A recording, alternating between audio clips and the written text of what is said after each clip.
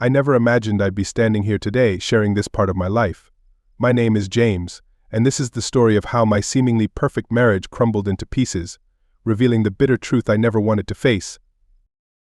Emily and I met during our university years. She was the epitome of beauty and grace, with an infectious laugh that could light up the darkest of days.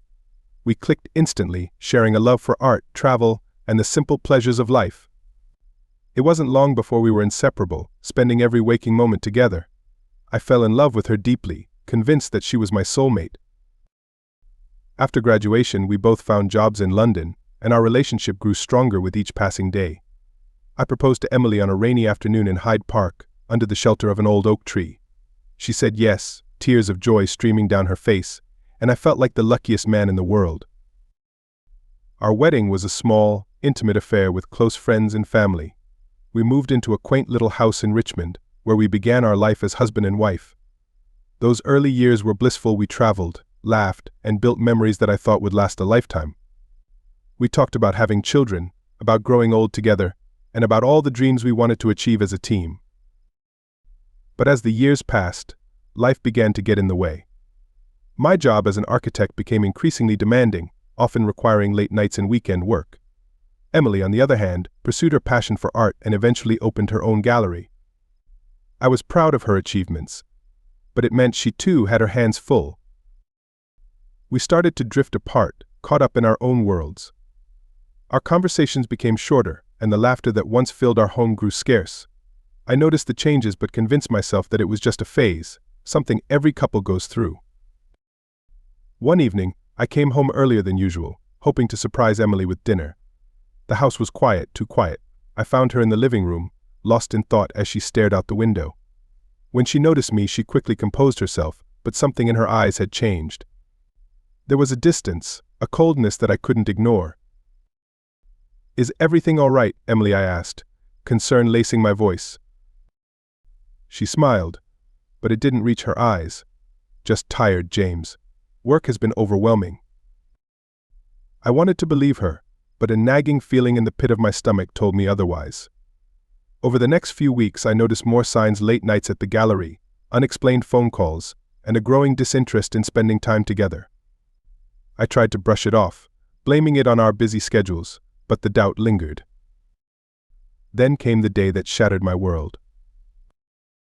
I had taken a day off work to surprise Emily at the gallery, something I hadn't done in months. I bought her favorite flowers, a gesture I hoped would bring back the warmth between us. As I approached the gallery, I saw her through the large glass windows, standing with a man I didn't recognize.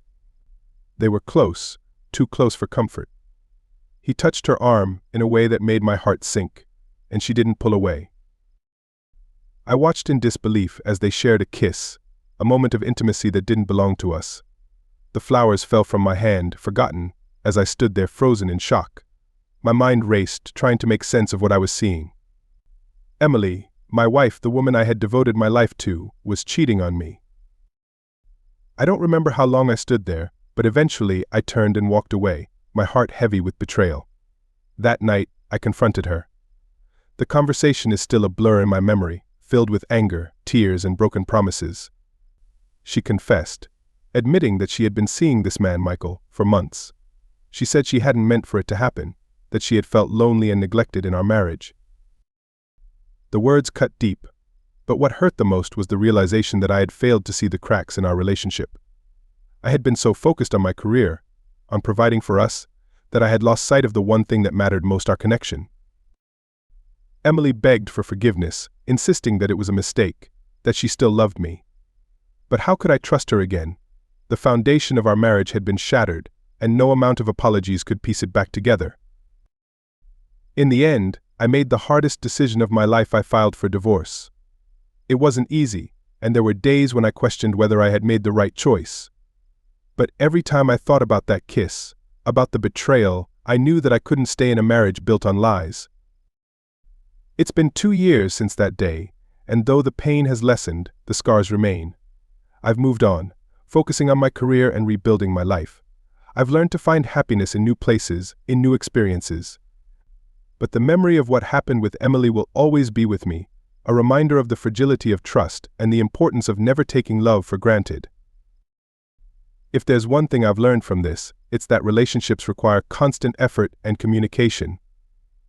Love alone isn't enough to sustain a marriage. It takes work, commitment, and a willingness to face challenges together.